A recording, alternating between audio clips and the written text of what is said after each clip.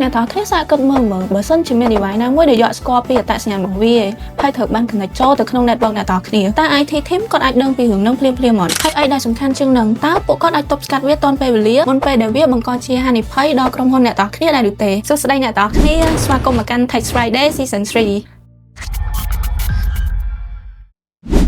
ជំរាបសួរអ្នកទាំងគ្នាខ្ញុំសេនិតជា IT Technician មកពី Business Solution អញ្ចឹងថ្ងៃនេះដែរខ្ញុំមាន topic មួយដែលចង់និយាយអំពី Network Access Control អញ្ចឹងជំនួសឲ្យការអនុញ្ញាតដោយស្វ័យប្រវត្តិ Network Access Control នឹងធ្វើការត្រួតពិនិត្យហើយនឹង verify ទៅលើ device ទាំងអស់ហ្នឹងមុនពេលដែលវាអនុញ្ញាតឲ្យ device ទាំងអស់ហ្នឹងចូលទៅក្នុង network របស់អ្នកទាំងគ្នានេះហើយគឺជាហេតុផលដែលស្ថាប័នភាគច្រើនគាត់ប្រើប្រាស់ទៅលើ Network Access Control អញ្ចឹងសប្តាហ៍ថ្ងៃនេះបុគ្គលិកគាត់ប្រើឧបករណ៍ដើម្បីធ្វើការមានដូចជា laptop មានដូចជា tablet និង smartphone ជាដើមអញ្ចឹងបើគ្មានការ control ទៅលើ device ផ្ទាល់ខ្លួនឬក៏ device ណាដែលត្រូវបានគ្រប់គ្រងដោយក្រុមហ៊ុនទេ device ដែលមានបញ្ហាវានឹងអាចបង្កទៅជាហានិភ័យឬក៏បង្កជាការខូចខាតទៅដល់ក្រុមហ៊ុនរបស់អ្នកទាំងគ្នានិយាយរួមទៅ NAC នឹងជួយធ្វើការការពារមុនពេលដែលមានហានិភ័យកើតឡើងអញ្ចឹង NAC ផ្ដល់ជាអត្ថប្រយោជន៍ជាច្រើនទៅដល់អ្នកទាំងគ្នាហើយ NAC ក៏ជួយពង្រឹងទៅលើប្រព័ន្ធ security នៅក្នុងក្រុមហ៊ុនរបស់អ្នកទាំងគ្នាដូចគ្នាអញ្ចឹង NAC វានឹងជួយ support ទៅលើ standard និងអនុវត្តតាមគោលការណ៍ប្រព័ន្ធសុវត្ថិភាពផ្សេងៗហើយវាក៏ជួយទៅដល់ IT team ដើម្បីឲ្យគាត់ងាយស្រួលនៅក្នុងការ control ទៅលើ device ទាំងអស់នឹងបានដូចគ្នា